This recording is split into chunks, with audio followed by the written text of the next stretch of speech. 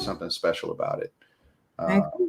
It's I can't stay away from it, man. I love it. The beer is almost a byproduct of it, man, because I just like conversation, man, and talking to people. I'm that guy, man. That's a vibe. So, yeah, it Especially is. Black woman, I feel like that's been an interesting aspect of my identity, and just I don't want to say relationships, but to the point you go into,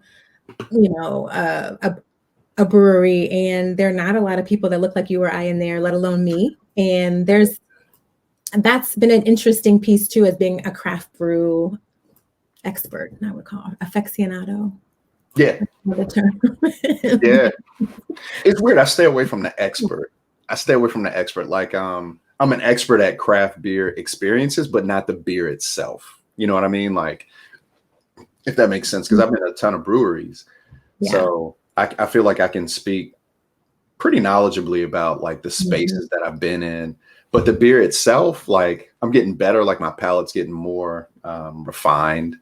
But I'm not an expert. I'm not like what do they call it? A Cisco or the Cicerone. I appreciate that, because even in the professional space, we talk a lot about being an expert in this and that. And I struggle with having that hat on. And part of why I do appreciate the expert hat, and I appreciate your language point, but it's just to this point around a cultured curiosity. Like, you're looking for certain aspects or elements of a certain kind of beer. Or just the idea of somebody not pouring my beer with your glass tilted is like, so I just think around the nuance and what it is that you're looking to either learn, observe, explore really speaks to like a sophistication. Like, obviously the good beer is a thing, but like when you've got, I don't know, like some spots that not only have good beer, but then they curate the space around it and kind of create that vibe.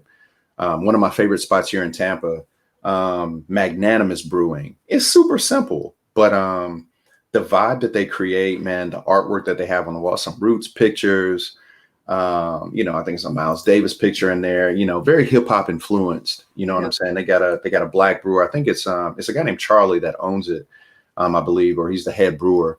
And just a heavy hip hop influence. So it's like this cross section of when I walk in there, I'm just like, oh man, this feels great. I love this space. Yeah. And then they make dope beer and you're just like, yo, this is perfect. Be sure to visit flydialogue.com to find out more about us, including our radio station where we stream hip hop 24/7. Yo, we're literally jamming as we speak. They're doing well, man. That's probably one of my favorite spots to go to here in Tampa. But it's something about like how it's presented and like packaged. I always say curate. It's like very much so curated. Like the ones that I really like are like artistic spaces to me. You know what I'm saying? You've got like visually, audibly, they got dope music going on, and it's not just hip hop. They got, it's whatever's good. So it's like you can go in there and just kind of vibe out. Yeah. And I feel like it attracts like the right people, like the kind of people that I want to be around. Not only the people who own it, who brew there, but also the consumers, you know what I'm saying? The customers.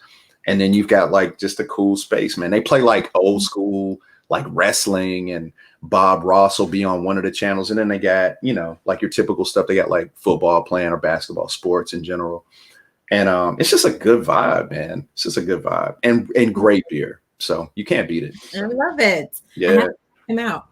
Yeah, man. Like Tampa, this area is like riddled, dare I say. It's a plethora of spots down here. We've been down here for about 3 years. It'll be 3 years in April.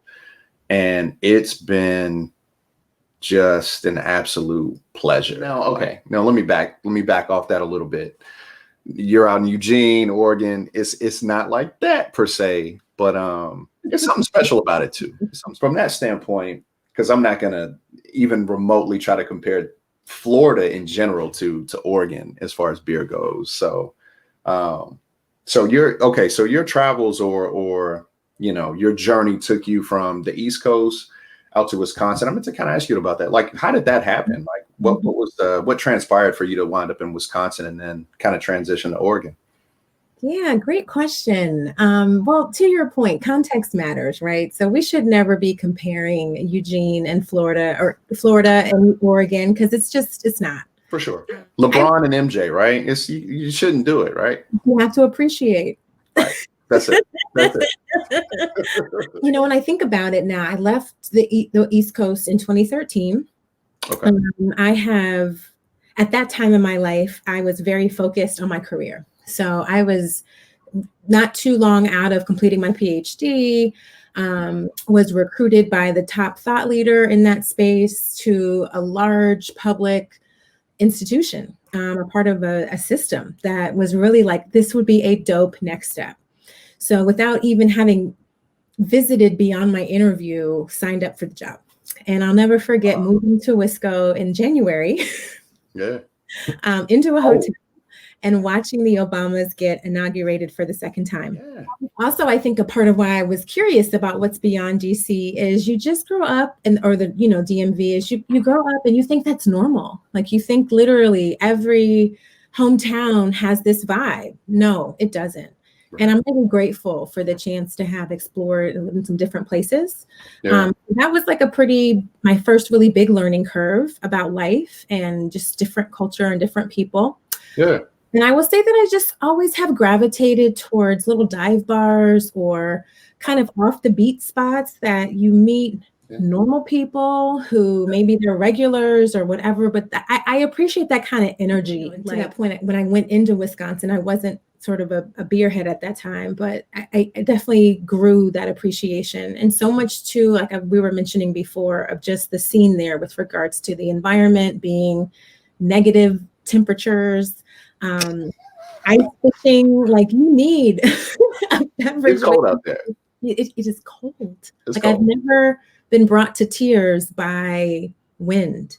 Ooh. But it is intense. It's intense. And, and the way that Madison is situated is it's on an isthmus. So you're surrounded by water.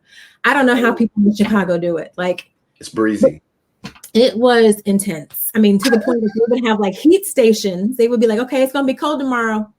See you at work.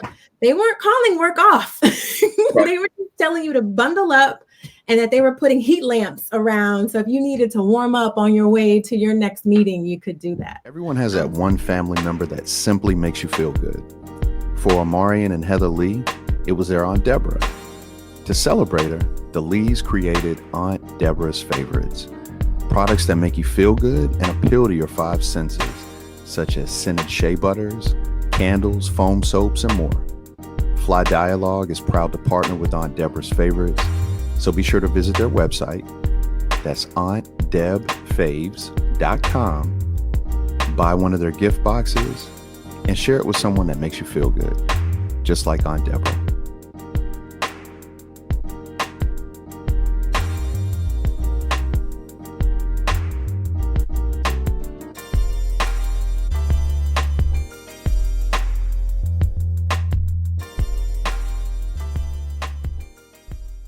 I just felt like I found different pockets of community. And when I really peel back the layers of being a single Black woman in some of these interesting places, you are looking for community. And I also was looking for non-work identity spaces or just spaces I could be myself and like let my proverbial hair down. So part of my thinking about just my experience, so much of it has, definitely been more in the hospitality scene.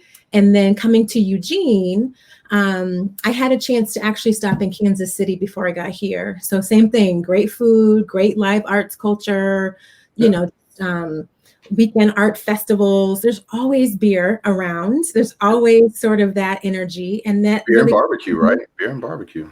So that brought me to Oregon. And I really thought, to the point of the need to be exposed and see different things, my geography was real off.